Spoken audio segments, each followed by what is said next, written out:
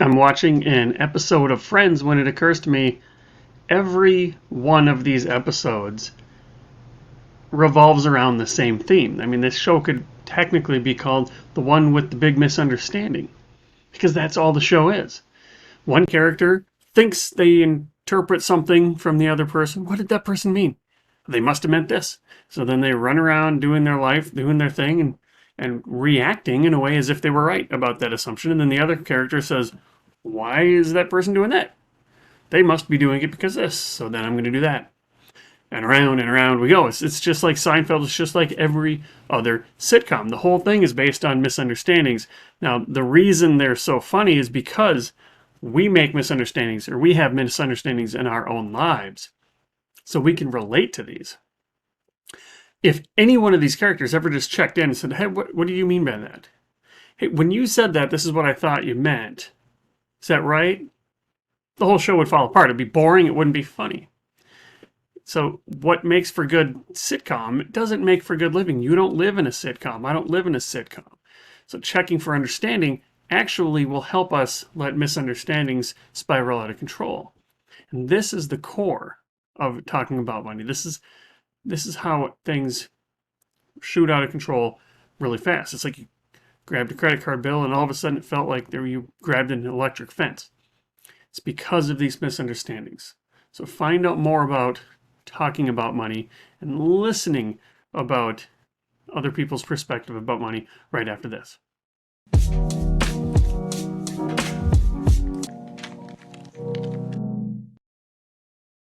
Hey, it's Derek Hagan. I'm a financial behavior expert and financial therapist, and I'm here with another Money Health presentation where we're going to talk about that scary topic of talking about money. Now, when we think about communication, and I want you to actually think about what your mind just told you right now. Communication. When most people think about communication, we're thinking about us articulating something to someone else. Speaking. I'm talking. I'm figuring out good analogies. I'm using stories. I'm writing a crystal clear email or a nice memo or a letter.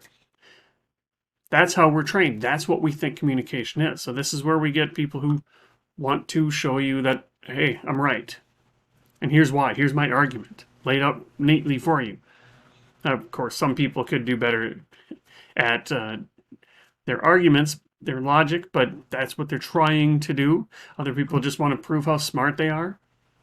I feel like I need to jump into this conversation and choose and show how smart I am. Now, few people come with an understanding first mentality. Because that's the receiving end. So this is why it's hard to do this. It's a mindset switch from instead of giving something to you, I'm communicating to you. This is about receiving information and getting crystal clear about what I think you meant. That's going to be the basis of what we're talking about here. But it's hard to talk about because money is such a big taboo topic. It just feels dirty.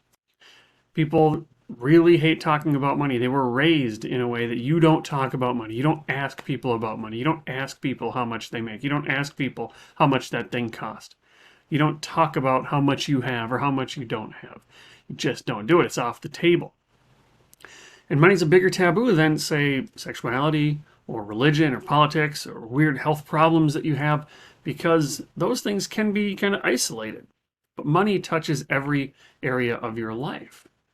And so not only are we raised with this delivering, communication means I need to talk instead of listen. That's one. Two, we're raised not to talk about money, which means it makes it very easy to get uncomfortable when the topic of money comes up, even with your close personal relationships. And so this is just a little dorky example of that. You got person A talking and person B talking, we're having a good conversation, money comes up and gotta go. I gotta run, I gotta get out of this situation, right? So we're raised in this way that we're trying to prove ourselves. I want to feel like I matter, which is actually one of our basic needs, but we just pursue it in a way that isn't in our best interest. Right? So this is the same chart. Right? So we could be trying to prove how smart we are by offering unsolicited advice. Here's what you need to do. here's what you ought to do. I think you need to do this, and you should listen to me because I'm really smart. Or trying to be right and saying, look, you didn't get my point. Here, you don't understand. Let me try it again. Let me try it in a different way. Let me use a different analogy. But the key to having successful financial conversations is to say, I want to understand your point of view. Tell me more. Is this what you were saying? Yes or no? And that becomes the basis. So we've got this speaking first mentality around talking about money. We're raised that money's off limits in terms of conversation topics, which makes us clam up when it comes up. In addition, we have this concept of emotional flooding that I want to talk about. Now, emotional flooding has different names. You'll sometimes call this or see this a stress response, fight and flight, which is fight, flight, or freeze. There's a third option there. Basically, we become set off. We lose our minds. So as the stress goes up and up and up, there's a point at which we lose it. We become emotionally flooded. That means that our brain is trying to get us out of a stressful situation, and the thinking part of our brain actually gets kicked offline. It doesn't have any part to do in that process anymore. So when it does this, this is when you lose your mind. This could be anger, but this could be other emotions, sadness, or other things, anxiety. But you'll notice that the ones that are easy to remember, when you lost your mind, you said the things you didn't mean to say. You did things you shouldn't have done. You said things you didn't even mean. Because your primitive part of your brain is trying to get you out of that stressful situation. So as stress goes up, boom, there's that tipping point where you become emotionally flooded. And that's usually when one or more of your basic needs aren't being met. My mentor, Dr. Ted Klontz, says that if we could treat more people like children, the world would be better off. What he means by that is when a child who doesn't have a developed neocortex or thinking brain yet, when they act out, when they're here, they're emotionally flooded, they have a need that's not being met. When they get to that level, they'll say things like, I hate you, you're a crappy parent, I don't want to do this, I want to run away. They say all these things. And what you do in that case is say, wow, she must be hungry or he must be tired, because you automatically know there's a need that's not being met and the strategy that they're using isn't effective. But as adults, we lose the ability to do that. When somebody is emotionally flooded and they say or do something, our response is, oh, what did you mean by that? Oh, dang it, you think I'm a bad person. So that's the power of emotional flooding. It's harmful in both ways, both as the giver and in the case of the receiver. So it should go without saying, but I'll say it anyways. The more emotionally flooded you are, the less likely you are to have a successful conversation about money. And this is true, we kind of soak up the attitudes and the moods of the people that we're around. So if somebody else gets really angry, we're more likely to become really angry. So if two people are emotionally flooded, we effectively have no chance of having a successful financial conversation. And so remember, becoming emotionally flooded is more likely to happen when our primitive brain feels like one or more of our basic needs aren't being met. And there's 6 basic human needs. Some of them are contrasting, right? And every behavior, every financial behavior for sure, but every behavior that you do is just a desperate attempt to meet one or more of these needs. So let's start with belonging. Belonging says you need to be a part of a group. This is ancient. We need to be a part of the tribe for survival. And so this could be as big as we just watched the Olympics and I was really rooting for my team because my group in that case is my country, for me, the United States. Could be smaller. Maybe I'm a big, here in Minnesota, maybe I'm a big Minnesota Vikings football fan. One state over, there's even a closer knit group of Packer fans, Green Bay Packers. So you can say that I belong to that group. I am a Packers fan. I am a Vikings fan. I belong to this political party. And so all of this stuff is fitting or meeting our need to belong. Now, autonomy on the surface can sound like it's almost the opposite of belonging. Here I need to be a part of a group. Autonomy says I want to be alone, but it's not really being alone. It's just I need to be able to make my own decisions. I don't want to feel like a slave, like I'm deprived and in handcuffs. So autonomy is about having the flexibility to pursue your own decisions, make your own decisions and choices. And that safety and security, this could be literal, like shelter, water, food, survival type stuff.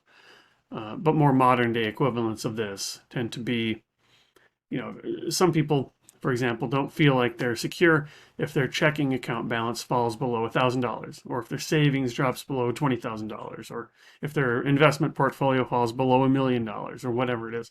Then that doesn't feel safe and secure to them. Or if I feel like I'm at risk of losing my job, then this need can be threatened. Self-expression, I've got something to say. Self-expression could be the arts. I can express myself through my music, through my painting, through my drawings, whatever kind of art form you're using. But it doesn't need to be art. It could be, I just have something to say. I need to be heard. Okay, so everybody needs to feel like they're heard. Otherwise, we're feeling isolated and lonely. Now, connection can kind of be similar to belonging, but where belonging says I belong to a group, connection says I have interpersonal relationships within that group. So it's not enough to say I'm a Packer fan just like everybody else. If I'm sitting by myself at Lambeau Field, then my need for connection is not being met. So connection is having interpersonal relationships with people. Belonging is about being a part of that group. And then purpose or significance. Is there something bigger than you? Do you matter? Do you feel like there's some purpose for you? Is there going to be meaning in your life? So those are the 6 basic needs. And when one or more of those isn't met, we're more likely to be emotionally flooded. And so let's talk about what happens when a conversation happens. So you have to think something. And a lot of us haven't truly really been listened to or even journaled. So we have a lot of thoughts floating around our head that have not been articulated, that have not been turned into sentences. So sometimes we want to say something, and this is our first chance at articulating what we think. This is our best guess. Right, so if you think there's a big picture, a big circle is all of your thoughts, and then there's a smaller circle within that of things that can even be put into words.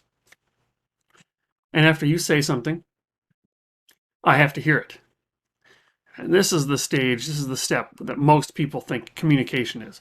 You say something and I hear it. And now, even further, when you think about what does communication mean, your gut response is usually this arrow flowing this way. How do I make this easier for this person to understand? But I have to hear it as well. So if I'm lost in thought, if I'm thinking about my response, if I'm thinking about something I have to do later on, if I'm just not paying attention, if I'm distracted, I'm not picking up what you're saying.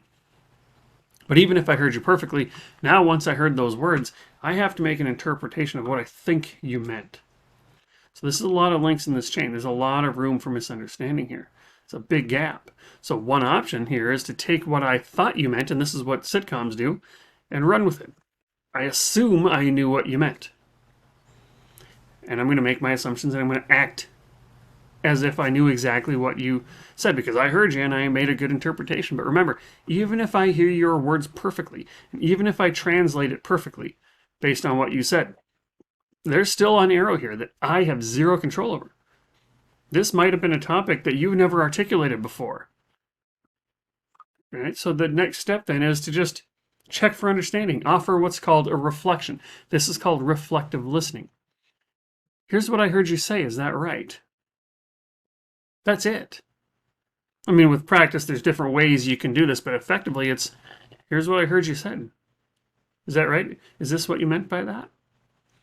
I want to make sure I understand this. What I'm hearing you say is this. Is that right? And then they can say yes or no. And resist your urge to be offended by a no. You know, if you're anything like me, when I first started reflective listening and I heard a no, my gut reaction was, are you telling me I'm not a good listener? But remember, there's still one part of this chain that I didn't understand. Plus, it is possible that I didn't hear it correctly or that I translated it wrong. So hearing a no is actually good, because now the speaker gets to re-articulate what they meant.